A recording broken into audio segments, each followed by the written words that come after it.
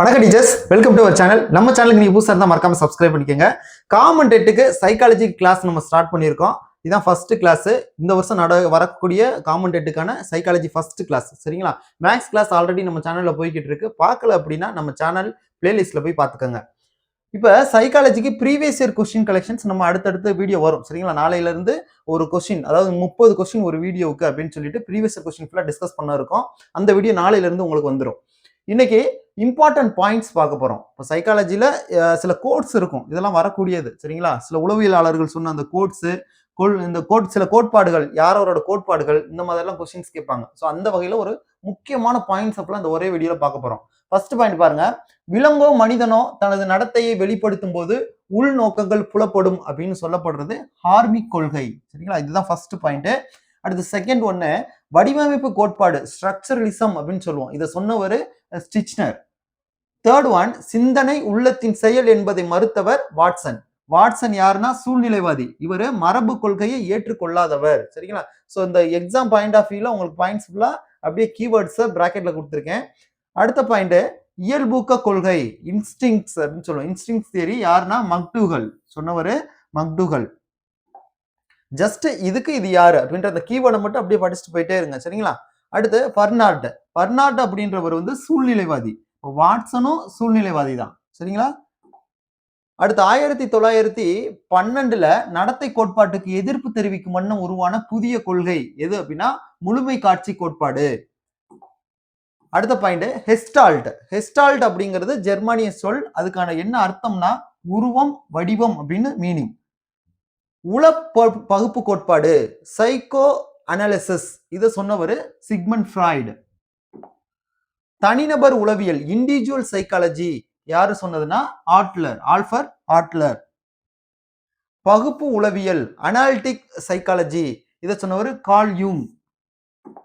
Next மனிதநேய உளவியல், humanistic psychology, இது யாருன்னா கார்ல் ரோசர்ஜ் அண்ட் மாஸ்லோ, ரெண்டு பேரு. அடுத்து மருத்துவ உளவியல் முறைகள் சொன்னவர் மெஸ்மர். அடுத்து பியாஜே. பியாஜே எதோட தொடர்புடையவர் அப்படின்னா காக்னிட்டிவ் சைக்காலஜியோட தொடர்புடையவர். அடுத்து ஆல்ஃபர்ட் பீனே நுண்ணறிவு சோதனைகளோடையும் தொடர்புடையவர். கருவிசார் ஆக்க நிலை இரத்தத்தை சொன்னவர் ஸ்கின்னர். வெஸ்லர். வெஸ்லர் வயது வந்தோருக்கான நுண்ணறிவு அளவுகளோட தொடர்புடையவர். அடுத்த பாயிண்ட், புள்ளியியல் அடிப்படையில் தனிநபர் வேறுபாடுகள் அளவிட்டவர் யார் அப்படின்னா, நல்லா கவனியா, புள்ளியியல் ஸ்டாட்டிஸ்டிக்கல் அடிப்படையில தனிநபர் வேறுபாடுகள் அளவிட்டவர் சர் பிரான்சிஸ் கெல்டன். அடுத்த பாயிண்ட், மெத்தட்ஸ் ஆஃப் சைக்காலஜி, உளவியல் முறைகள் என்னென்ன இருக்கு அப்படின்னா அகநோக்கு முறை, இன்ட்ராஸ்பெக்ஷன், உற்றுநோக்கல், அப்சர்வேஷன், 3 வாழ்க்கை துணுக்கு முறை அப்படின்னு சொல்லுவோம். அடுத்து 4 கள ஆய்வு முறை, 5 பரிசோதனை முறை, 6 வளர்ச்சி ஆய்வு முறை. ஸோ இது எல்லாமே உளவியல் முறைகள். 7வது ஒன்று தனியால் ஆய்வு முறை, கேஸ் ஸ்டடி சொல்லுவோம். பிஎட் லெவலில் நம்ம படிச்சிருப்போம் கேஸ் ஸ்டடி. அண்ட் 8 வினா வரிசை முறை, கொஸ்டினரி. 9வது வேற்றுமை முறை, டிஃபரன்ஷியல் மெத்தட். இது எல்லாமே உளவியல் முறைகள். அடுத்து வரக்கூடியது உளவியல் பிரிவுகள், fields of psychology. Methods of psychology வேற, ஃபீல்ட்ஸ் ஆஃப் சைக்காலஜி வேற. உளவியல் முறைகளுக்கும் உளவியல் பிரிவுகளுக்கும் வித்தியாசம் இருக்கு. உளவியல் முறைகள்ல மொத்தம் 9 இருந்துச்சு. இது உளவியல் பிரிவுகள்ல ஒரு 7 வருது. ஜெனரல் சைக்காலஜி பொது உளவியல், சைல்டு சைக்காலஜி குழந்தை உளவியல், அப்நார்மல் சைக்காலஜி நெறிபுறல் உளவியல், பிசியாலஜிக்கல் சைக்காலஜி உடற்கூறு உளவியல், கம்பேரிட்டிவ் சைக்காலஜி ஒப்பீட்டு உளவியல், சோசியல் சைக்காலஜி சமூக உளவியல், அப்ளைடு சைக்காலஜி நடைமுறை உளவியல். இப்படி உளவியல் பிரிவுகள் மொத்தம் நமக்கு 7 இருக்கு. அடுத்து மயர்ஸ். மயர்ஸ் தொழில் உளவியல் வளர்ச்சிக்கு உதவி இருக்கிறார். சரிங்களா? என்னிடம் உடல் நலமுள்ள சில குழந்தைகளை ஒப்படையுங்கள், எத்தன்மை உடையவர்களாக அவர்கள் வளர வேண்டும் என்பதனை சொல்லிவிடுகிறேன் அப்படின்னு வாட்சன் சொல்லியிருக்காரு. வாட்சன் யாருன்னு பார்த்தோம்னா இவர் தீவிரமான சூழ்நிலைவாதி. இது ஹர்லாக் கோட்டு. இது ரொம்ப ரொம்ப ஒரு முக்கியமான பாயிண்ட் டீச்சர்ஸ். ஹர்லாக் என்ன சொல்லியிருக்காருன்னா சமூக வளர்ச்சியை பத்தி, சமூக வளர்ச்சி என்பது சமூக தொடர்புகளில் முதிர்ச்சி பெறுவது அப்படின்னு சொல்லியிருக்காரு. சரிங்களா? முக்கியமான கோட்டு, அடிக்கடி கேட்கிற ஒண்ணு. சமூக வளர்ச்சி என்பது சமூக தொடர்புகளில் முதிர்ச்சி பெறுவது. டீச்சர்ஸ் இதெல்லாம் யார் என்ன சொன்னது, மெத்தட்ஸ் யாருன்னு பார்த்தோம். அடுத்து இந்த ஸ்டேஜஸ், குழந்தைகள்ல ஸ்டேஜஸை பொறுத்த வரைக்கும் பிறப்புக்கு பிந்தைய நிலை, இதுல ஒரு முக்கியமான பாயிண்ட்ஸ் ஃபுல்லா பார்க்குறோம். சரிங்களா?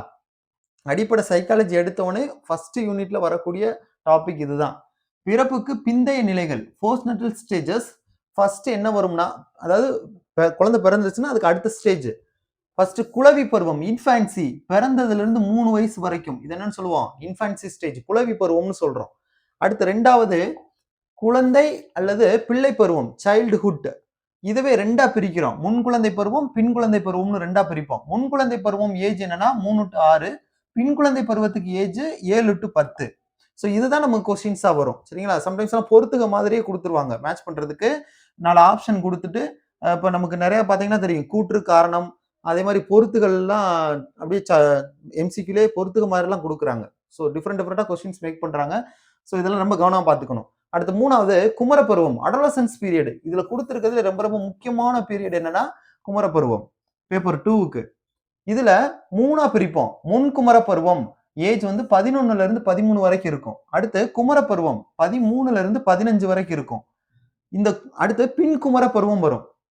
பின் குமரப்பருவம் வந்து 16 to 19. ஓகே டீச்சர்ஸ், இப்போ குமரப்பருவத்தை எப்படி பிரிக்கிறோம்? முன் குமரப்பருவம், குமரப்பருவம், அதுக்கப்புறமா பின் குமரப்பருவம்னு 3 வகையா பிரிக்கிறோம். இதுல பின் குமரப்பருவம் அப்படிங்கறத என்ன சொல்லுவாங்கன்னா செகண்ட் பர்த் அப்படின்னு சொல்லுவாங்க. 2ஆம் பிறப்பு அப்படின்னே சொல்லுவாங்க. இந்த பின் குமரப்பருவ நிலைய. ஸ்டான்லி ஹால் சொன்ன ஒரு முக்கியமான கோட்டு, இப்போ ஹர்லாக் சொன்னார் இல்லையா சமூக வளர்ச்சி பத்தி, அதே மாதிரிதான் ஸ்டான்லி ஹால் சொல்லியிருக்காரு குமரப்பருவத்தை பத்தி, அடோலசன்ஸ் பீரியட் பத்தி சொன்னது ரொம்ப ரொம்ப முக்கியமான ஒரு கோட்டு.